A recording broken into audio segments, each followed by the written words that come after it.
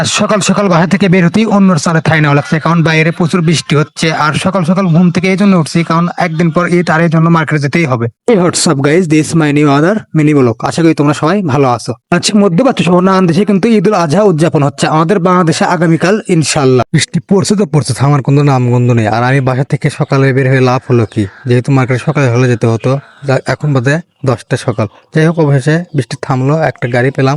আর এই গাড়ি চড়ে আমাকে গুজিয়ে যেতে হবে। কারণ তো পেলাম, বাট গাড়িতে ওঠার কোনো লোক নেই। এই জন্য অপেক্ষা করার পর 10 থেকে 20 মিনিট এখানেও লেট করার পর অবশ্যই লোকজন হয়, তারপর গাড়িটি রওনা দেয়। ওকে অনেক সময় জিজ্ঞেস করে থাকো ইনবক্সে যে তোমাদের গ্রাম থেকে গুজিয়াতে যেতে কত টাকা ভাড়া লাগে। আমাদের গ্রাম থেকে গুজিয়া যেতে মাত্র 5 টাকা লাগে, এবং আসার সময় লাগে 5 টাকা। এই 10 টাকা বেশিটুকু কিন্তু দূরত্ব না আমাদের গ্রাম থেকে গুজিয়া। তারপর রাস্তাঘাট কিন্তু পরিষ্কার দেখাচ্ছে। অবশ্যই আমি গুজিয়ায় পৌঁছছিলাম। আর গুজিয়ার কিন্তু রাস্তাঘাটের কাজ চলতেছে, ডান সাইডের কাজ হচ্ছে, এখন বাম সাইডের কাজ বাকি। যাই হোক, মার্কেটে এসে দেখি আমাদের দোকান এখনো খোলেনি। অবশ্যই অন্য দোকানে একটু আড্ডা দিলাম।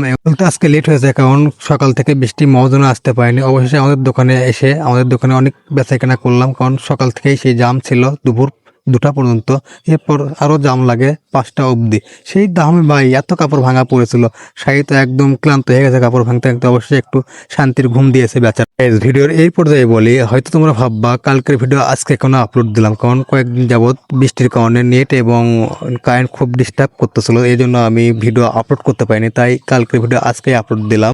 কি বলবো, দুঃখের কথা, শাড়ি এতগুলো কাপড় ভেঙে এমন ভাবে বসে আছে যেন মানে কোনো বাজারে কাপড়গুলো পিস ভাবে বিক্রি করতেছে। যাই হোক, একটু মজা করলাম ওর সঙ্গে।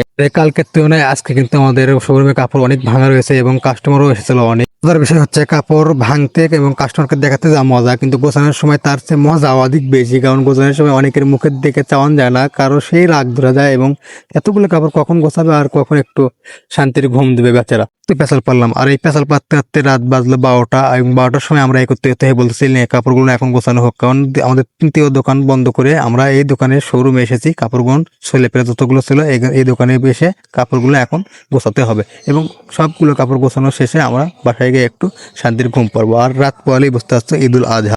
পেজের সঙ্গে সংযুক্ত যেসব বন্ধুগুলো আছে দেশ এবং দেশের বাইরে, তাদেরকেও জানাচ্ছি পবিত্র ঈদ উল আজহার শুভেচ্ছা এবং ঈদ মোবারক। কাজটা শেষে আমরা একটু নাস্তা করতেছি, আর নাস্তা শেষে আমরা বাসায় যাবো। এই ছিল আজকের ভিডিও। নেক্সট কোনো ভিডিওতে দেখা হচ্ছে। আল্লাহ হাফেজ। ভালো।